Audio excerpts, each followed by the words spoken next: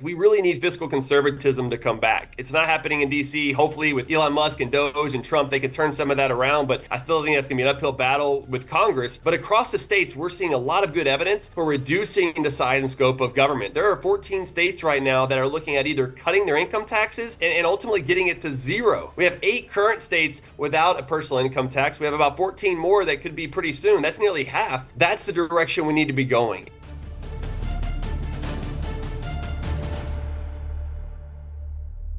President Trump is preemptively declaring tomorrow, Wednesday, Liberation Day, marking the start of his sweeping tariff regime on April 2nd. The particulars, though, are still being hashed out as Trump previews his plans and experts question exactly how serious he is about going through with them, or all of them at least. The market dipped on Monday. Here's Fox Business yesterday. Right from the get-go, the Dow is off a significant amount, 308 points. In percentage terms, that is 0.7%. The Dow 30 dominated by the red. That means more selling than buying. The S&P 500 opening with a loss of about 50-odd points. That's exactly 1%. The Nasdaq Composite, that's down sharply, 275 to the downside, 1.5%. My guess is that big tech will be down across the board. I'm right, apart from Apple, it just opened up. Only down 3 cents, that's nothing for Apple. But Alphabet, Meta, Microsoft, and Amazon are all down. Look at Microsoft at $3.70 per share. Ouch. The Wall Street Journal reported over the weekend that the administration, quote, is scrambling to determine the specifics of its new tariff agenda ahead of its self-imposed deadline of Wednesday, and that internally, behind the scenes, quote, one key point of debate is whether to impose individualized tariff rates for U.S. trading partners, as President Trump has previewed in recent weeks, or revert to his campaign pledge for an across-the-board tariff that would affect virtually every country doing business with the U.S., say people familiar with the conversations. Now, as the Journal also notes, quote, Trump spent most of last week playing down expectations for his so-called reciprocal tariff plan on April 2nd, a line he reiterated on Air Force One on Sunday night, saying he would, quote, be much more generous than his previous pledges to equalize U.S. tariffs with those charged by other nations. But, said the Journal, in recent days, Trump has pushed his team to be more aggressive. People familiar with the conversation said, encouraging them to devise plans that would apply higher rates of tariffs on a broader set of countries. Trump reinforced that narrative on Sunday night, saying he would target, quote, essentially all of U.S. trading partners with tariffs of some kind. So that's the TikTok of what's been happening over the last few days. In that context, of course, Monday's volatility is understandable.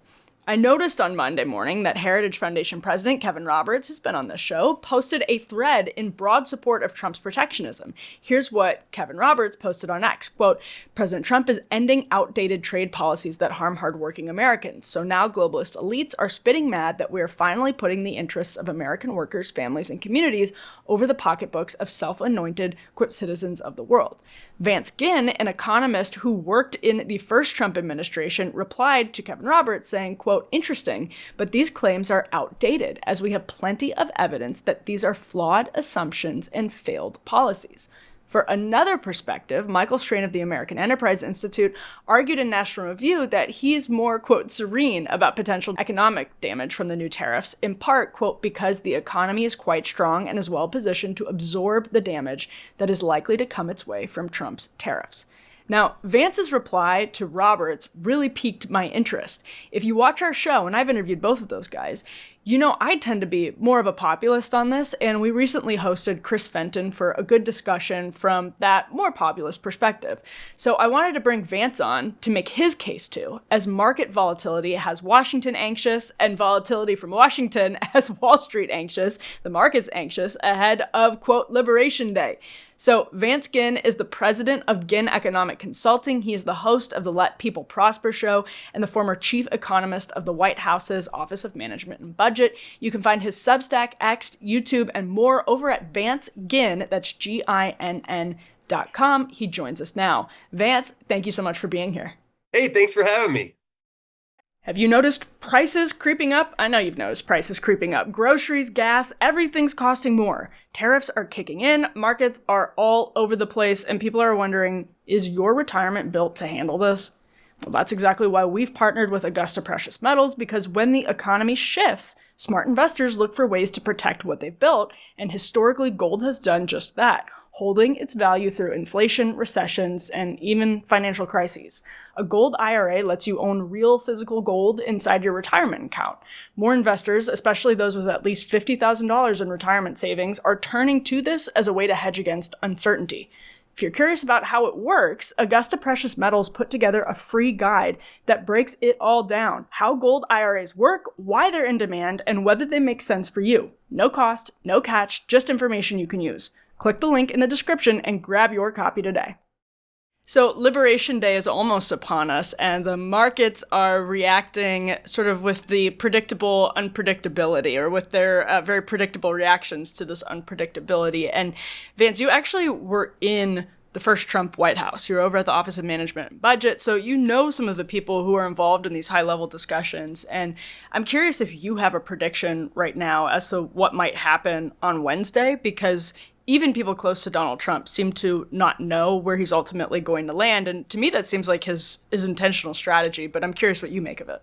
Well, and even in the first administration, we had a lot of uncertainty when I was chief economist for the Office of Management and Budget about what was happening each day or what tweet was going on. But we had an overall vision of where we wanted it to be. And part of that, at least in the first administration, was a zero tariff policy. Hopefully we get them to all come down to zero. I don't know if that's the same thing this time around. It's been a little bit less clear about what that longer term goal is. And so it makes me even uncertain about what's going to happen on Wednesday as well as part of this Liberation Day, because what we've seen in the last, was it 2 months, or at least the last month, was whenever that date hit, there was a punt. There was let's wait until the following month. So I think we could see some of that. I think what there might be, if you had to really say, Vance, what's going to happen, I think that's what we'll probably see, is that there will be some tariffs that will be put on particular countries and items. But then there will also be some of this that says, okay, we're going to look at this a little bit longer, because we also have April 3rd, which is going to be potentially tariffs on auto manufacturers, right? And importing those. So it's going to be an interesting few days, that's for sure.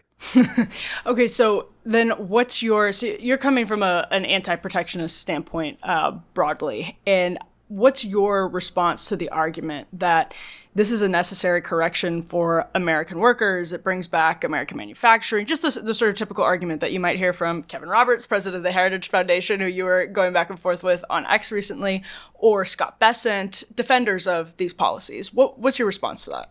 They're well intended, with the direction that they're wanting to go. And Kevin Roberts is a good friend. I used to work under him when I was at the Texas Policy Foundation. But on issues of trade, we think about, we have a long history of trade and tariffs and everything. We also have economic theory. And I think when you put these two together, there's a clear indication that tariffs don't work. They're not the tool to bring down trade deficits or bring manufacturing back. If that had been the case, we would have seen more of that during the 17, 18, and 19 tariffs, 2018, 17, 18, 19 by Trump. But we didn't see that directly in the Rust Belt. And I also think that there's an issue with the assumptions going into it that trade is the reason why there was hollowing of the Rust Belt. I think when you look at the research on this and looking at just the evidence, is that there was also a lot of automation. In fact, I should point out, Emily, is that we're reaching record highs in manufacturing output every year in the United States. It's not like we're not manufacturing more. It's just that we're getting more manufacturing for each employee. There was a lot of automation that happened.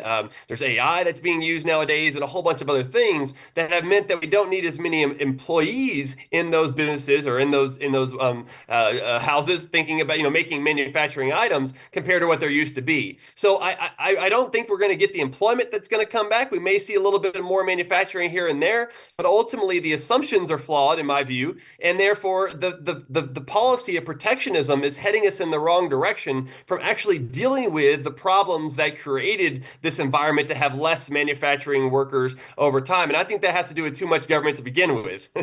Well, that was going to be my next question, is if you were in the administration right now and you were advising Donald Trump, because I recently was reviewing an interview that David Obey, who represented where my family's from in northern Wisconsin for like 40 years, through this really tough period for paper mill towns that dot places like northern Wisconsin. And he said, I voted for things like NAFTA. I think this was around 2010. I voted for things like the WTO because I was promised, I think he's saying by Republicans, job training and other types of programs that would come in and augment what was happening if jobs were moving elsewhere. But with automation, your argument is that that's fundamentally wrong. That assumption may be true in anecdotal cases here and there, but actually it's automation. So what do we do then to combat job loss from automation? And even take it a little bit deeper is I think the automation was forced faster than it otherwise would be because of high spending and taxes in America, of corporate tax rates and everything else, and high spending and driving resources to other places than in the productive private sector where profit and loss would have brought about automation over time. And I think even have done it in a better way.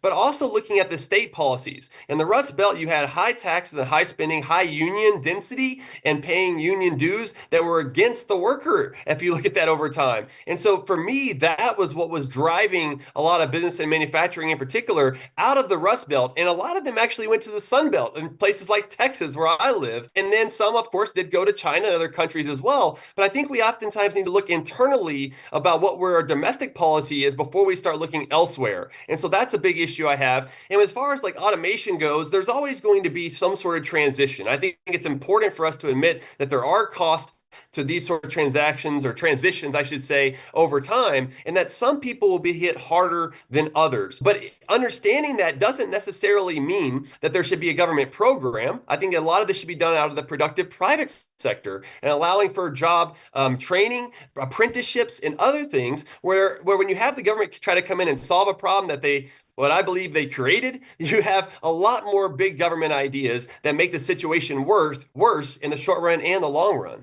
Well, an interesting piece of evidence in your favor here is that the jobs that have come back, for example, what is it, Honda making the Civics, those are going to Indiana, right to where it's red state, like right. Indiana. In one sense, it's like, to your point, there are some jobs coming back because there's unpredictability, and manufacturers are betting that it's probably just smart to start onshoring some of this stuff. On the other hand, they are going to places like a red state, like Indiana or South Carolina, for example.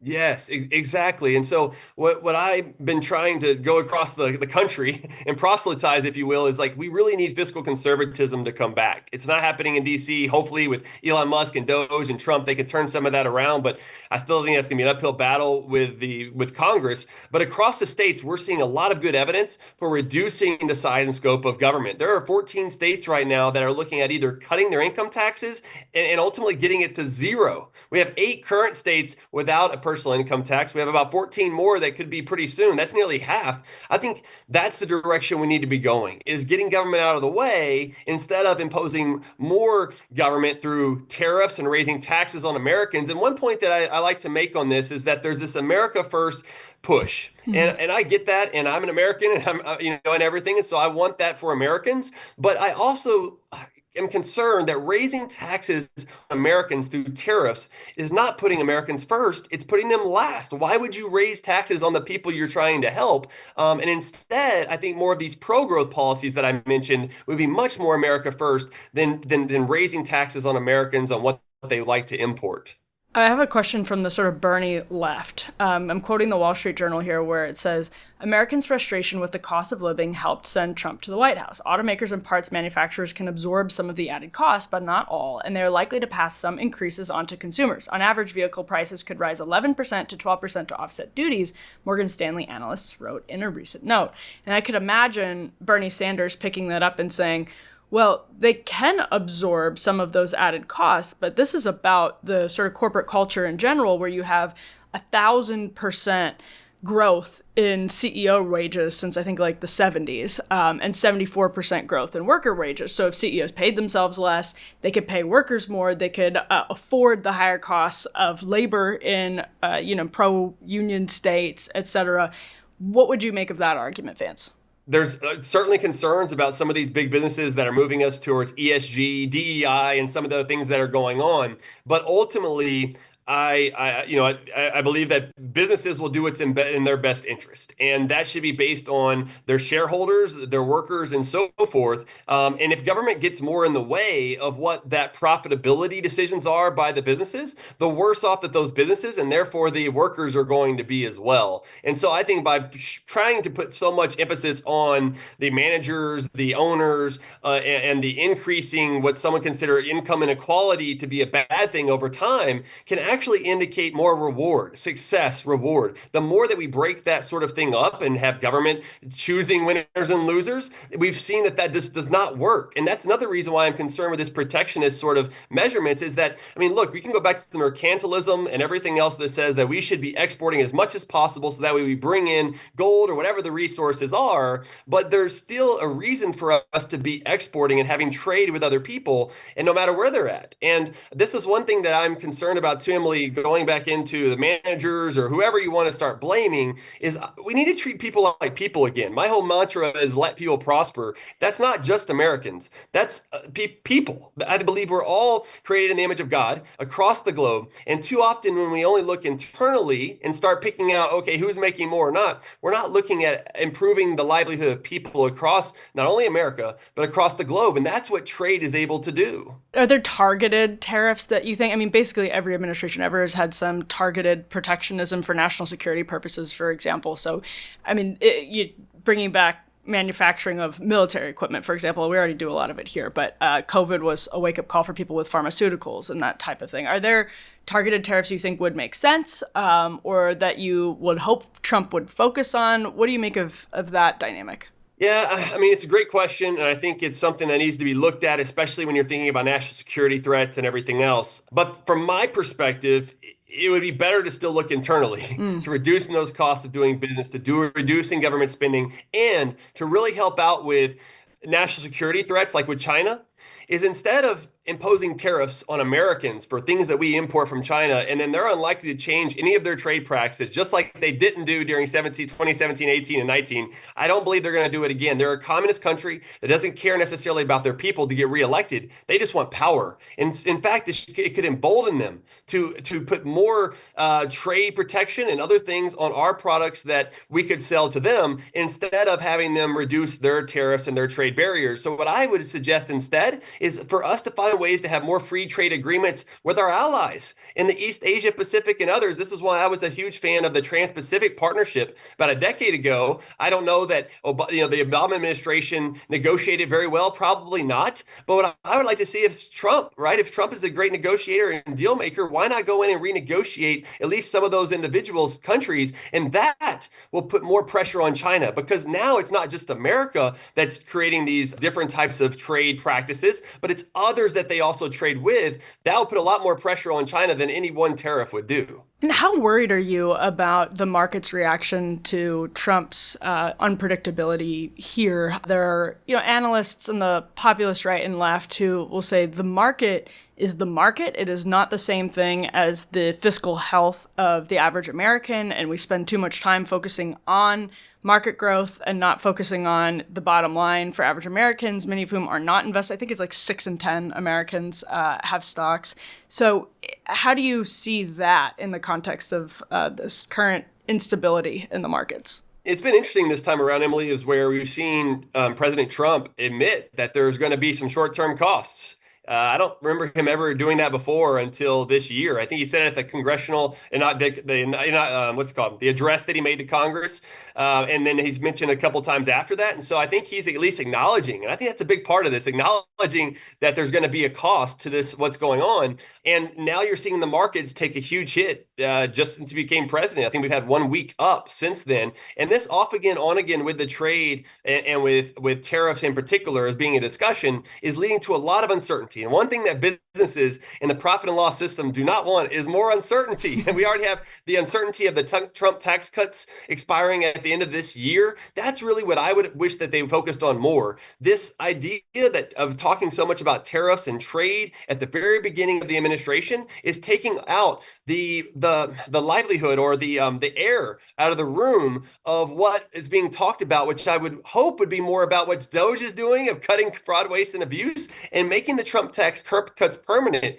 That should really come first, because instead you're getting all this increase in uncertainty where we might actually see a negative or declining output in the first quarter, which I think is partially due to the fragility of the economy under the Biden administration, but also from the increasing uncertainty by the Trump administration from this on again, off again. So, some are saying that maybe at least we should have, if you're going to do it, President Trump, go ahead and do it. That way we know what to expect in the future. And if you're not, well, then let's lay off. But this on again, off again certainly changes people's people's dynamics of whether they want to invest, save, and just, operate their business. Michael Strain made an interesting point in National Review that I wanted to get your thoughts on. He said, I am among the more serene analysts when it comes to the economic damage from President Trump's trade war. Quote, why? Two reasons. First, because the economy is quite strong and is well positioned to absorb the damage that is likely to come its way from Trump's tariffs.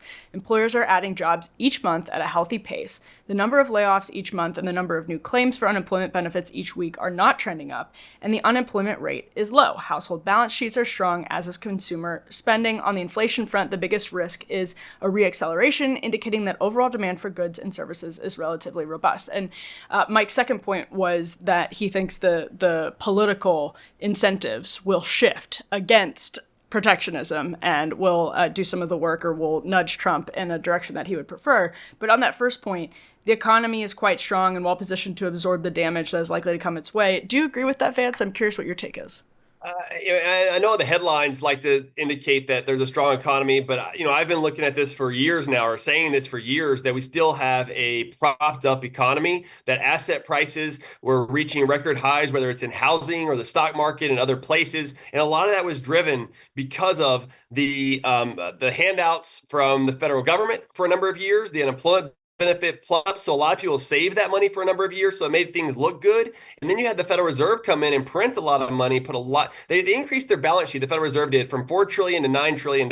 They're back to around $7 trillion now, but that's still 75% higher than it was before the pandemic, meaning that there's a lot of money chasing too few goods, and a lot of it's going to asset prices that were overvalued and are still overvalued right now. And that's created a situation where we felt like things are good because they were propped up by monetary and fiscal policy, and that cannot last forever. And I think that there's always been this fragility too, Emily, underneath the surface, is that while the unemployment rate looks good, jobs are being created, there's still a lot of people that have moved to the sidelines that are not even working at all or looking for work. And that still is a struggle for me to think that this is a strong economy. And so, especially when I see the uncertainty leading to from the Trump tariffs, and we're already seeing the breakdown of the economy as far as GDP looking to be a contraction in the first quarter, this indicates to me that this is not a strong economy. And one little break like this can make it all go down in a hurry. Everything you just said reminds me so much of what the GOP's arguments were during the Obama administration, when Democrats were looking at some of these surface metrics and saying this is a very strong economy, strong recovery from the Great Recession. And conservatives were saying, well, look at how many people have gotten off the sidelines of the workforce. Look at this growth is unsustainable.